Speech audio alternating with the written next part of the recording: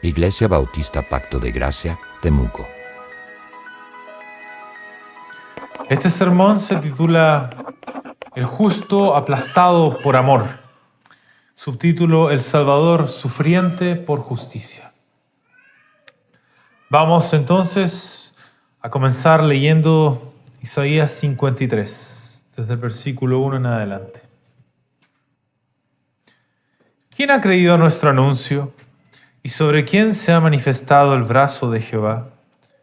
Subirá cual renuevo delante de él, y como raíz de tierra seca. No hay parecer en él ni hermosura. Le veremos, mas sin atractivo para que le deseemos.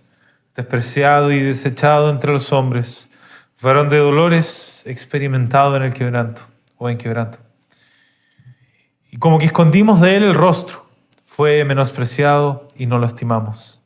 Ciertamente llevó él nuestras enfermedades y sufrió nuestros dolores, y nosotros le tuvimos por azotado, por herido de Dios y abatido.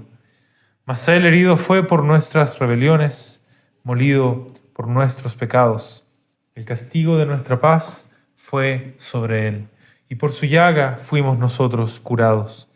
Todos nosotros nos descarriamos como ovejas, cada cual se apartó por su camino.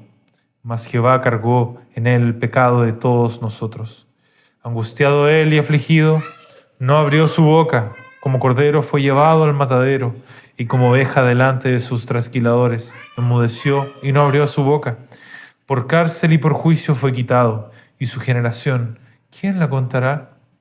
Porque fue cortado de la tierra de los vivientes, y por la rebelión de mi pueblo fue herido.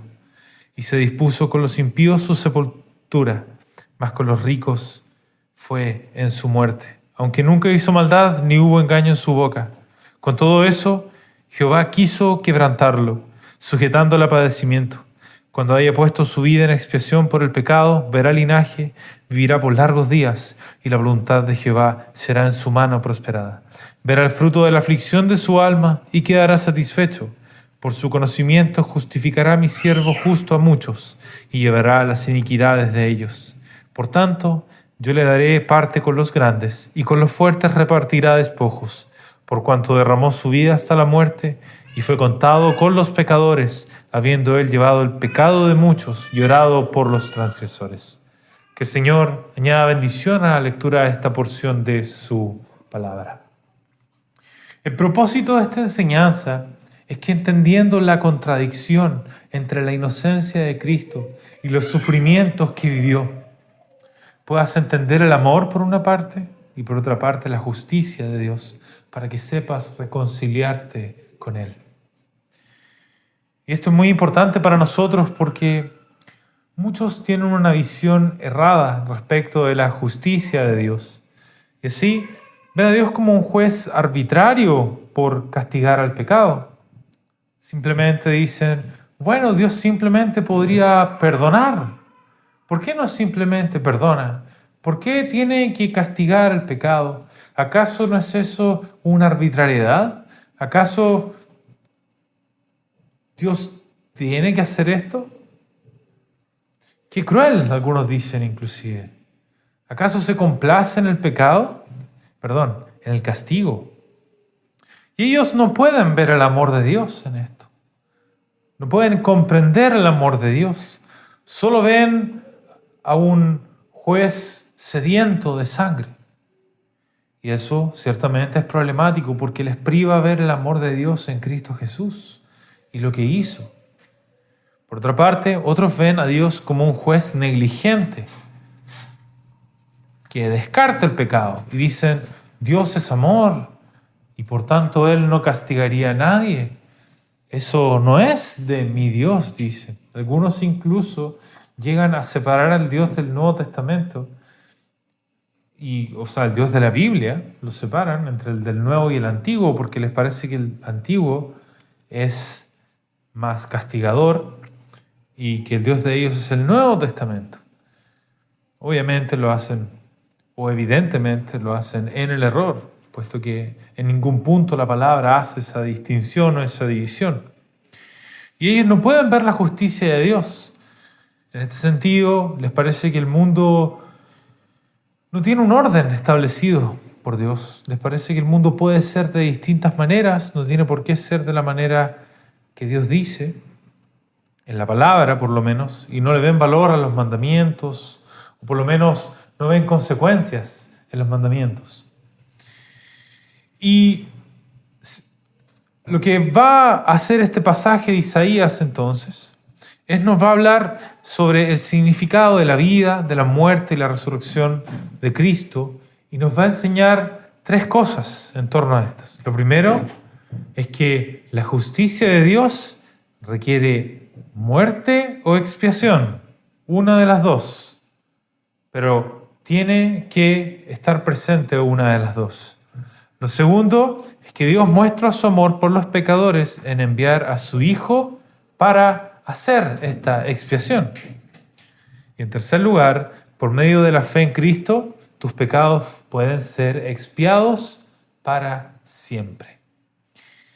Vamos a comenzar entonces leyendo brevemente los versículos del 1 al 5. Dice: ¿Quién ha creído a nuestro anuncio y sobre quién se ha manifestado el brazo de Jehová? Subirá cual renuevo delante de él y como raíz de tierra seca.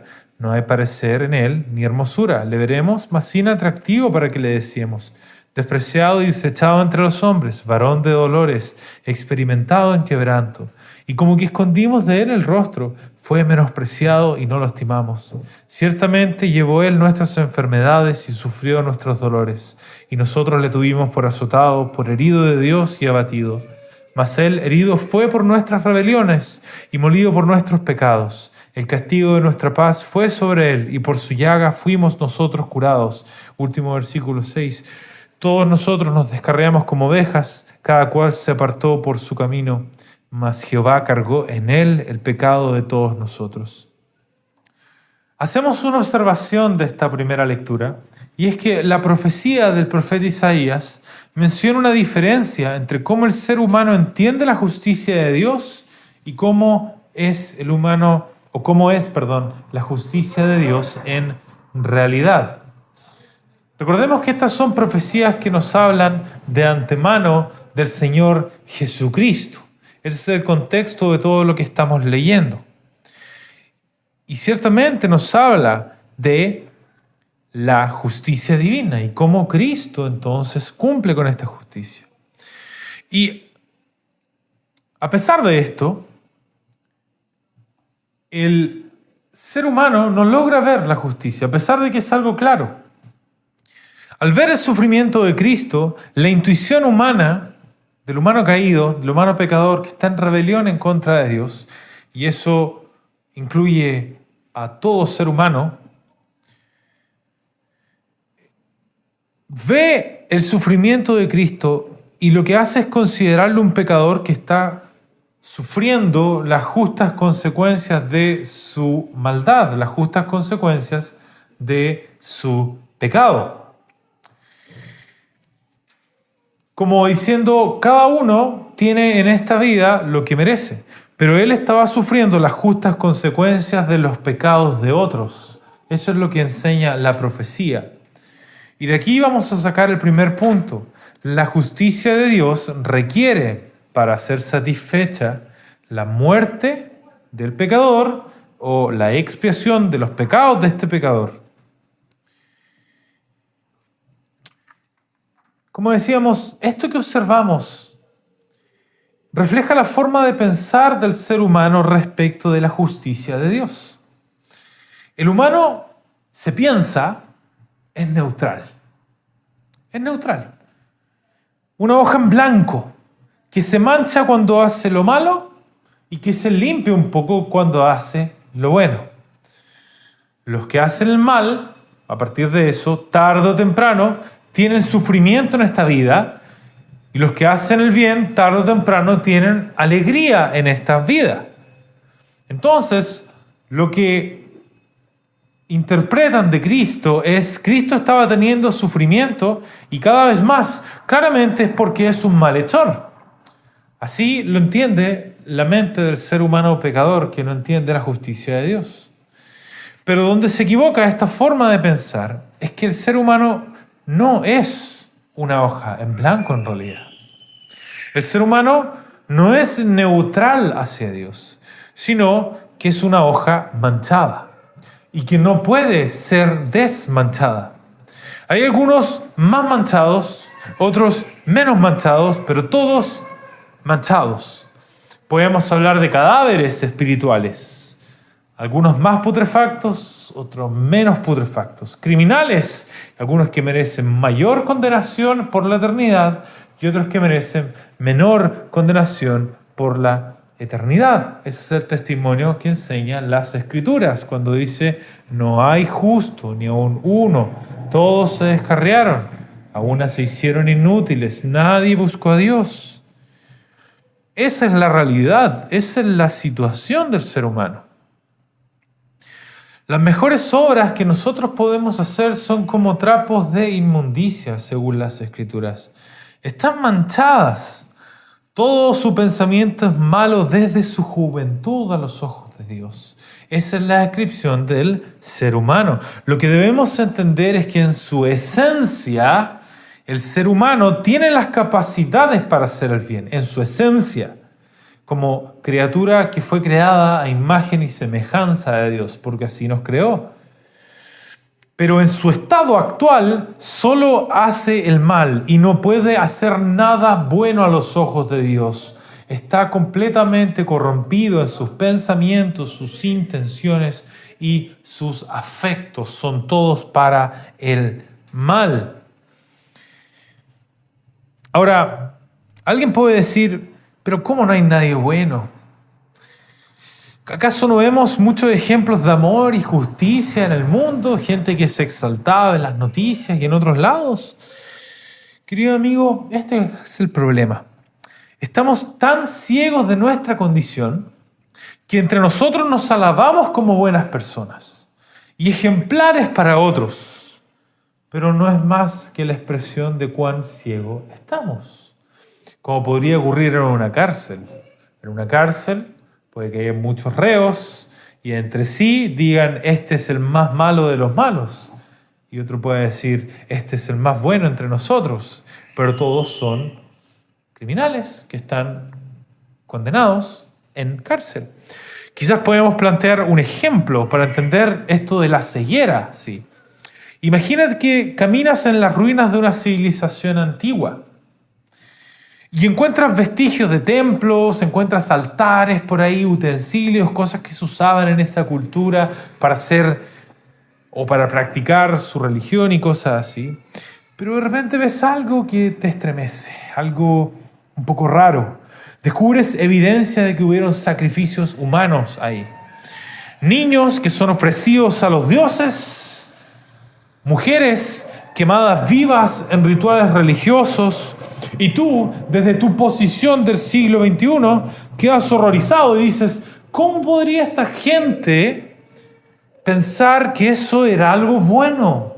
¿Cómo es posible esto? Y sin embargo, para ellos era algo normal, era virtud, era religión, era cultura. No eran conscientes ellos de su maldad, que ahora podemos ver con claridad. Eran ciegos. Y así estamos nosotros. Creemos que somos una sociedad avanzada, una sociedad justa, una sociedad razonable y decimos: mientras no hagas mal a nadie, no hay problema, o yo no soy peor que los demás. Pero esta civilización antigua también pensaba que hacía lo correcto en sus sacrificios de niños, de mujeres. Y el punto es, lo mismo ocurre con nuestra alma. La corrupción que tenemos no se ve desde nuestros ojos actuales, porque no nos medimos con la luz de Dios, sino con la sombra de los demás. Por eso la Escritura dice: todos nosotros nos descarriamos como ovejas. La misma profecía que veíamos. Nos descarriamos. Y también todas nuestras justicias son como trapo de inmundicia. Eso lo dice el mismo Isaías, ya lo mencionamos, pero lo mencionamos de nuevo. A los ojos de Dios, la mejor persona, a los ojos de la sociedad, está bajo la maldición de Dios y merece sufrir por lo que ha hecho. Porque la corrupción que tenemos no es natural, querido amigo, como si fuera parte del diseño de Dios. es nativa. Nacimos con ella, la heredamos, la respiramos y por eso ni siquiera la vemos. Somos como ese pueblo que cree estar haciendo lo correcto, pero para Dios eso no es válido. Y por eso Dios nos ha entregado a su ley. La palabra enseña que la función de la ley es revelar el pecado, quitar esa ceguera y que nos podamos medir no ante los ojos de la sociedad o de nuestros amigos, sino a los ojos de Dios. Y si nosotros hacemos ese ejercicio y revisamos la ley, nos vamos a dar cuenta de que somos criminales. Él ve nuestras sociedades, Él ve lo que nosotros hacemos, y en la palabra Él dice esto: la ira de Dios se manifiesta desde el cielo en contra de toda impiedad e injusticia de los hombres, que con injusticia detienen la verdad. Impiedad e injusticia. Esa es la descripción que Dios hace. Ese es el diagnóstico de Dios que hace sobre todo lo que hacemos en nuestra sociedad. Impiedad e injusticia. Impiedad son las violaciones de los mandamientos que demuestran amor a Dios. Injusticia son las violaciones a los mandamientos que muestran amor al prójimo. Veamos los primeros mandamientos. Dios te creó, Dios te sostiene día a día y te da cosas malas para que te acuerdes de su juicio, y también te da cosas buenas para que lo busques a Él para reconciliarte con Él. Y Él dice: no tendrás dioses ajenos. Y yo te hago la pregunta, querido amigo: ¿tienes a tu Creador como prioridad en tu vida? ¿Cuánto tiempo has pasado pensando en el que sostiene cada respirar que tú das, cada aspecto de tu ser? ¿O acaso piensas en algo que Él creó más de lo que piensas en Él? Si estás pensando en la creación más que en el Creador, querido amigo, estás violando el primer mandamiento de no tener dioses ajenos. El Señor dice: no te harás imagen de Él. Y esto hace referencia a la manera en la cual se le adora. Quizás crees en Dios a tu manera. Quizás digas: no, yo creo en Dios, pero a mi manera. Y te tratas de acercar a Él conforme a tu propio gusto o a tu conveniencia. Y quizás te congregas de vez en cuando hay problemas, le oras de vez en cuando, una vez al año. Y piensas: Dios me ama. Y piensas: yo soy de Dios. Pero estás violando este mandamiento. No te harás imagen. La palabra dice: no hablarás de Él en vano. No usarás lo que Él ha dicho respecto de Él o respecto de todo en vano. Y la pregunta es: ¿usas ligeramente lo que Él reveló? La palabra, hablas de Él ligeramente. Quizás haces chistes cristianos. Quizás mencionas su nombre como una exclamación ligera nomás. Estás pecando de esta manera, violando la ley. Acuérdate del día de reposo para santificarlo. Tu Creador y sostenedor te pide un día de los 7 de la semana, 52 de los 365 días del año para dedicarlo a su adoración. La pregunta es: ¿lo haces? ¿Organizas tu semana para reservar ese día para meditar en su palabra, juntarte con otros adoradores y orar a Él? La palabra enseña y dice esa misma ley: no matarás, haciendo referencia a todo lo que puede dañar la integridad de tu prójimo, dañar su reputación, dañar su salud, ya sea no solamente por comisión, haciéndola o dañándola activamente, sino por omisión, cosa que pudiste haber hecho por él y no hiciste. Eso incluye insultos, malos pensamientos, todas aquellas cosas. Dios las ve y Dios ve el corazón. La palabra dice que mirar a una mujer para codiciarla ya es adulterio. Dios está mirando tu corazón, amigo. Has violado su ley. Hemos todos violado su ley. Entonces no importa la manera en la cual te ve la sociedad, la justicia en ese sentido, sino cómo Dios te está midiendo. Hay algo de cierto, eso sí, en esa forma de pensar que dice que cada uno va a recibir lo que merece, porque Dios sí va a hacer justicia, indudablemente. Tarde o temprano todos van a pasar por las consecuencias de sus actos, para bien o para mal, pero no todos, y acá está el error, no todos van a sufrir en esta vida las consecuencias. En esta vida muchos corruptos alcanzan una vida de fama, de riquezas y placeres. La palabra habla de esta gente y gente que hace mucho mal y desprecia a Dios y les va muy bien a ellos y a sus hijos también. En esta vida los corruptos alcanzan gran poder y someten a muchos como si fuesen Dios. En la antigüedad era común que los gobernantes, por ejemplo, fueran llamados dioses. Hoy en día, sin llamarse dioses, buscan atribuciones que solo le pertenecen a Dios. Es cosa de ver en naciones como buscan tener toda la información de sus ciudadanos para hacer su justicia divina, entre comillas. Por supuesto, todo esto es bajo el pretexto de recrear el cielo en la tierra y de crear una mejor armonía, inclusive una armonía perfecta. En esta vida se les cierran las puertas a los que a los ojos de Dios son justos y muchos terminan en la miseria o inclusive muertos. Algunos las vivirán entonces estas consecuencias en el juicio de Dios que es después de la muerte, en el día que Dios ha preparado para el juicio. Está dispuesto, dice la palabra, que el hombre muera una vez y luego el juicio. No hay segundas oportunidades, amigo mío.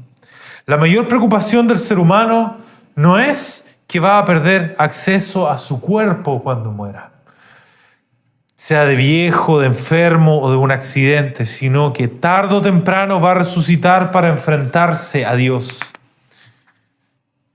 Alguien podría preguntarse, y es una pregunta muy válida, y se la han hecho muchas veces, ¿por qué tenemos nativamente miedo a la muerte?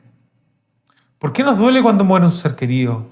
¿Por qué consideramos que morir por una causa es algo tan solemne? ¿Acaso no es algo natural la muerte, como nos dice la sociedad de hoy? Así como es natural comer, así como es natural tomar agua, caerse de repente. ¿Acaso no es la muerte parte de la vida, como dicen otros?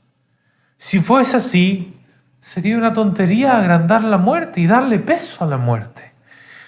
Pero la palabra nos da la respuesta a esta pregunta, porque sabemos nativamente que la muerte no es natural. La muerte no es natural. La muerte no es parte de la vida que Dios diseñó. Pero también sabemos que la muerte no es algo ligero como un mero pasaje al otro lado, sino que es más bien un anticipo de algo mucho más terrible. La muerte nos está revelando algo de lo que viene después de la muerte para todo pecador.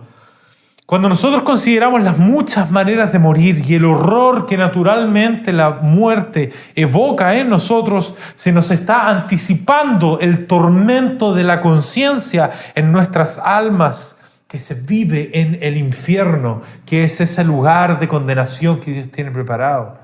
Cuando nosotros pensamos en el dolor y el tormento de la muerte, en el horror de la muerte, se nos está anticipando el horror del infierno. La muerte, de cierta manera, es una pequeña ventanita que nos ayuda a ver las consecuencias de la maldad.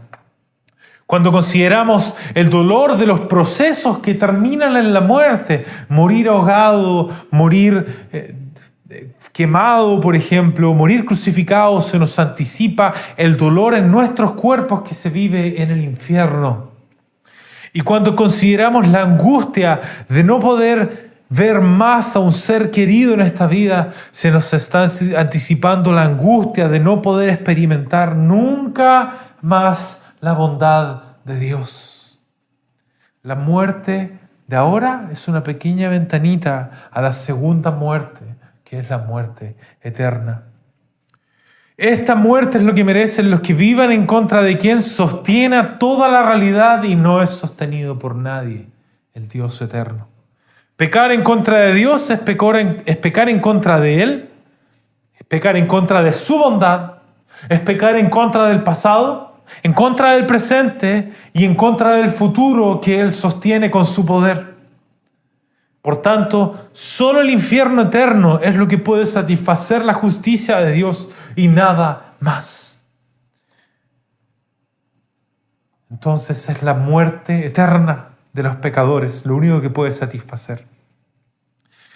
Pero Dios deja otro camino disponible para satisfacer su justicia. Y esto es lo que vemos aquí. Dice, el castigo de nuestra paz fue sobre él, y por su llaga fuimos nosotros curados. Todos nosotros nos descarriamos como ovejas. Cada cual se apartó por su camino, mas Jehová cargó en él el pecado de todos nosotros.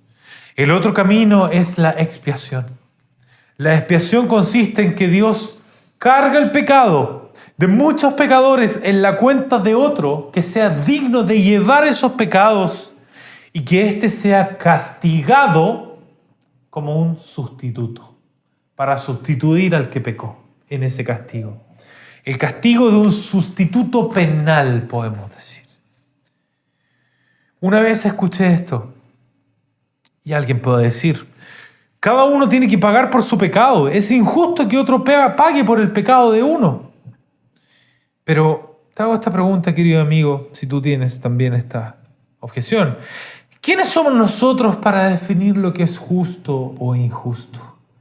El principal ofendido por el pecado, ¿quién es? El principal ofendido es Dios. Es Dios, porque Dios es el punto final de autoridad. ¿Y a quién se le rinde cuentas? Dios no le rinde cuenta a nadie. Dios se rinde cuentas a sí mismo solamente. Pero todos le rinden cuentas a Dios últimamente. Dios es la fuente de lo que nosotros conocemos como justicia. Por tanto, Él tiene toda autoridad para determinar con qué queda satisfecho. Y esto lo podemos ver de esta manera. Cuando uno lleva una causa a la justicia, reclama lo que cree que le corresponde. Alguien dice, él me debe esto y exige una reparación. Y cuando el juez falla a favor, es porque esa persona tenía derecho a esa restitución. Pero aquí está el problema. ¿Quién tiene el derecho supremo a exigir reparación por el pecado? No somos nosotros. ¿Quién es? El pecado no es solo contra nosotros, es principalmente contra Dios. Por eso David dice, contra ti solo he pecado y he hecho lo malo delante de tus ojos. Dios es el principal ofendido por el pecado porque Él es la fuente de todo bien y su ley es la medida de lo justo. Así que Él y solo Él puede decir qué castigo es justo. Entonces, cuando escuchamos frases como cada uno tiene que pagar por su pecado, es injusto que otro pague por uno, la pregunta es, ¿quién te dio a ti la vara para medir la justicia? Dios ya ha mostrado con qué queda satisfecho y lo ha mostrado en Isaías 53. Jehová quiso quebrantarlo, sujetándole a padecimiento. A Cristo, querido amigo. No porque Cristo lo mereciera, sino porque Él se ofreció voluntariamente por amor como un sustituto. Y Dios aceptó ese sacrificio como justo. Ese es el corazón del Evangelio, querido amigo. Dios mismo proveyó lo que su justicia demandaba. Pero si desprecias esta provisión, entonces tú mismo quedas responsable de pagar lo que le debes. Y la deuda es eterna. Solo hay dos opciones, tu muerte eterna o tu expiación por medio de la muerte de Cristo que Dios habría de enviar. El único digno de hacer este sacrificio es el Cristo que el Señor, nuestro Dios, quería enviar. Esto nos lleva a una segunda observación. El texto nos presenta al siervo de Jehová como alguien que, a pesar de ser inocente, se somete voluntariamente al sufrimiento, al juicio injusto y a la muerte. Angustiado él y afligido, no abrió su boca, como cordero fue llevado al matadero y como oveja delante de sus trasquiladores, enmudeció y no abrió su boca. Por cárcel y por juicio fue quitado y su generación, ¿quién la contará? Porque fue cortado de la tierra de los vivientes, por la rebelión de mi pueblo fue herido. Y se dispuso con los impíos su sepultura, mas con los ricos fue en su muerte. Aunque nunca hizo maldad, ni hubo engaño en su boca. Con todo esto Jehová quiso quebrantarlo, sujetándolo a padecimiento. Cuando haya puesto su vida en expiación por el pecado, verá linaje, vivirá por largos días, y la voluntad de Jehová será en su mano prosperada. Este sufrimiento no es el resultado de sus propias acciones, vemos, sino que es asumido en obediencia a la voluntad de Dios. La profecía muestra que este padecimiento fue un acto consciente, ordenado por Dios mismo como parte de un propósito redentor de redimir un pueblo, rescatarlo, ofrecer la vida del siervo como expiación por el pecado. Y esto nos lleva al segundo punto. Dios muestra su amor por pecadores en enviar a su Hijo como expiación. Este es Cristo, querido amigo. ¿Es verdaderamente Dios para representar a Dios? ¿Verdaderamente hombre para representar a hombres pecadores como tú y como yo? Querido amigo, este es Cristo Jesús. Él vino hace 2000 años, vivió una vida perfecta y sin pecado. Él, a diferencia de nosotros, cumplió perfectamente toda la ley. Absolutamente toda. Él nunca pecó ni en pensamiento ni en obra, como nosotros, que sí pecamos. Y Dios lo envió, como veíamos. Y Él sufrió, no porque Él merecía sufrir todo eso, como piensa la mente humana cuando alguien está sufriendo y recibe sufrimiento constante, sino que Él sufrió porque estaba cargando con los pecados de pecadores como tú y pecadores como yo. Y así entonces, por eso Él sufrió, Él se sometió a todas estas cosas. Y en la cruz entonces, Él sufrió ese castigo. Dios dice acá que le plació, quiso quebrantarlo, quiso hacerlo, quebrantarlo, sujetándolo a padecimiento. El castigo de esos pecadores lo sufrió Cristo. ¿Para qué?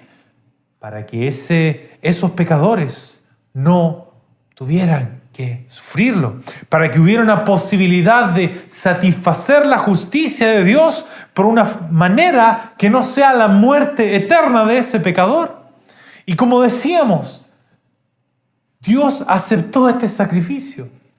Cuando Cristo murió, Él dijo, consumado es, diciendo, todo esto, toda mi obra yo la terminé. Y Dios confirma esto cuando lo resucita de los muertos. Y en esa resurrección queda confirmado.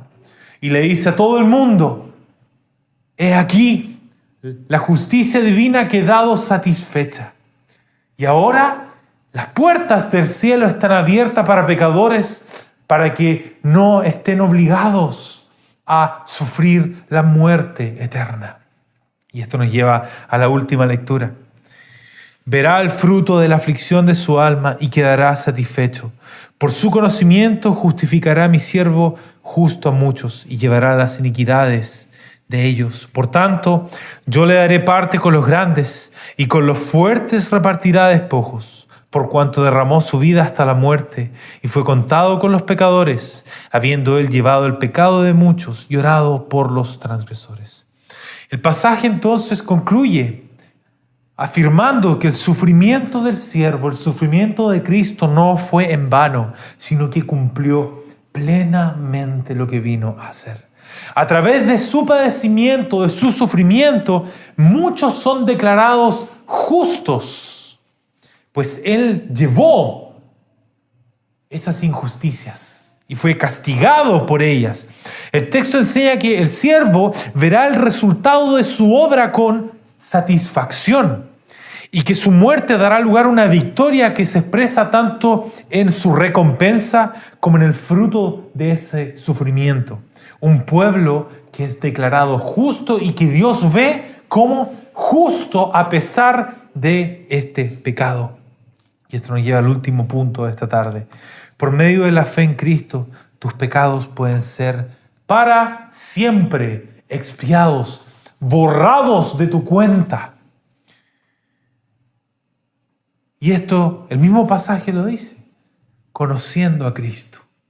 Por su conocimiento, muchos serán justificados. Justificará a mi siervo a muchos, dice. ¿Cómo se conoce a Cristo hoy día? Ciertamente el Señor Jesucristo resucitó y ascendió a los cielos. Hoy día no está presente en cuerpo con nosotros. Sin embargo, Él derramó a su Espíritu para que ahora podamos conocerlo por medio de la fe. Por medio de la fe. ¿Qué es la fe? La fe tiene tres partes, querido amigo. La primera parte es que creemos en algo y por tanto la fe involucra un conocimiento. Hay que conocer a Dios, hay que conocer lo que dice Dios de sí mismo, que Él es santo, que Él es justo, que Él no tolera el pecado, que Él es muy santo para tolerarlo, que Él no va a dejar que su justicia quede sin satisfacción, que alguien tiene que pagar por lo que pecadores han hecho, que Él tiene un día del juicio y que lo que hemos hecho es grave. Eso es lo primero, que hay que conocer, por supuesto.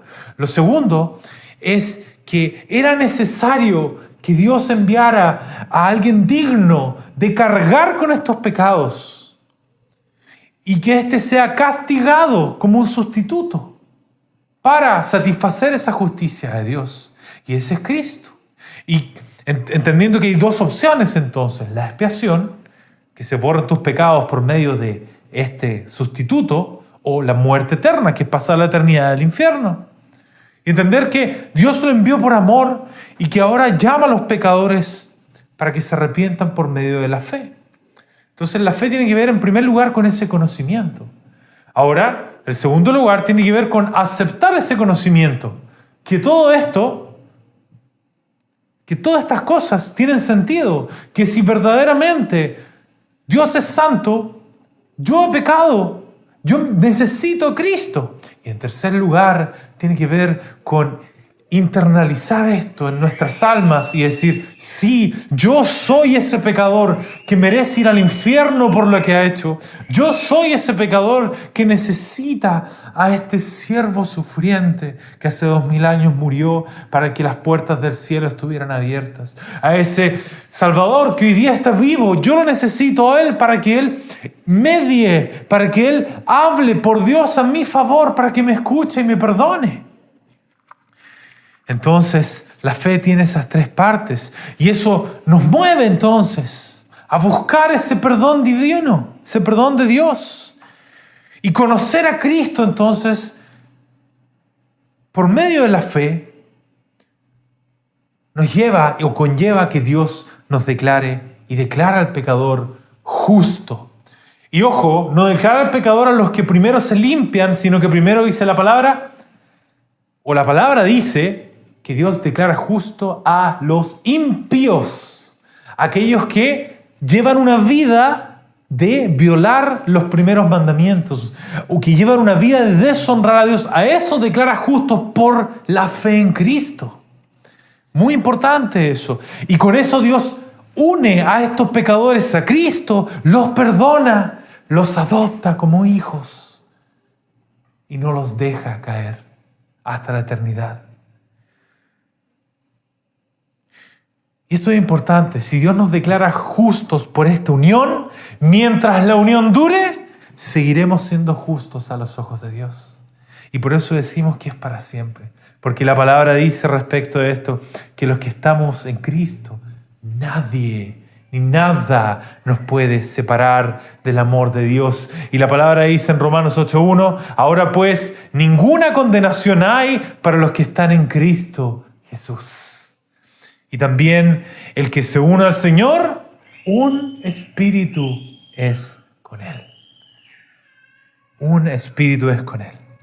Por eso la justicia que nos reviste y que reviste a los cristianos y que reviste a los creyentes no es suya, sino que es la de Cristo. Y mientras estén unidos a Él por la fe, Dios los va a ver como justos. No por sus méritos, no por lo que han hecho, sino por lo que hizo este siervo sufriente que vino hace 2000 años. Como justos, como completos, como perdonados y como aceptados. Nuevamente, no en ustedes, sino que en Él. Querido amigo, el llamado entonces es solamente a arrepentirse por medio de la fe. A reconocer en el corazón que Dios es justo, que nosotros no somos justos, que hemos fallado, que merecemos una eternidad en el infierno y que solo tenemos estas opciones, infierno o expiación, la muerte o Cristo. Entonces, que esto te lleve, querido amigo, a hacer una oración de arrepentimiento, diciéndole: Padre, he pecado en contra de ti, perdona mis maldades, viví una vida de pecado para contigo. Tú me has dado tantas cosas buenas, me has sostenido en lo malo. No merezco nada de lo bueno, sino que solo tu condenación. Pero hoy día yo quiero reconciliarme contigo. No por nada mío, ni siquiera por esta oración, sino solamente por lo que hizo Cristo, lo que hizo Cristo hace 2000 años y lo que hace hoy día como un mediador para pecadores como yo. Perdóname, Dios, perdóname. Y le confiesas tus pecados. Y si lo haces con sinceridad, Él te va a perdonar. Él te va a adoptar como un hijo y no te va a dejar nunca más. Que el Señor entonces te ayude a conocerle para su gloria.